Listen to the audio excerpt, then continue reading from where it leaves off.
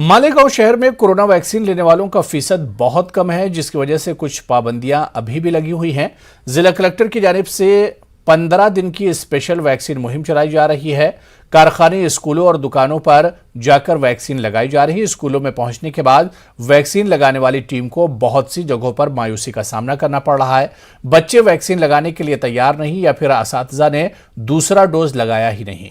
कारखानों में कुछ मजदूर वैक्सीन लगा रहे हैं, मगर ज्यादातर मजदूर वैक्सीन लगाने से इनकार कर रहे हैं। इंतजामिया की कोशिश जारी है कि मालेगांव शहर में 80% से ज्यादा वैक्सीन हो जाए, जिसके लिए अब सख्ती भी बरती जाएगी।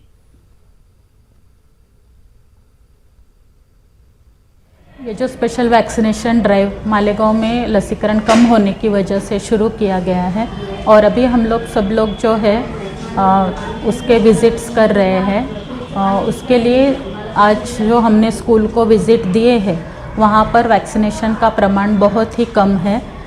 स्टूडेंट्स में जो है सिर्फ 10% हुआ है, इतना कम है।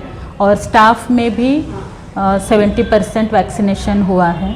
और इसमें ये बताया गया है कि जो कंप्लीट नहीं होगा वैक्सीनेशन तो फिर क्लासेस जो है वापस ऑनलाइन करने पड़ेंगे, ऑफलाइन क्लासेस वो चला नहीं पाएंगे।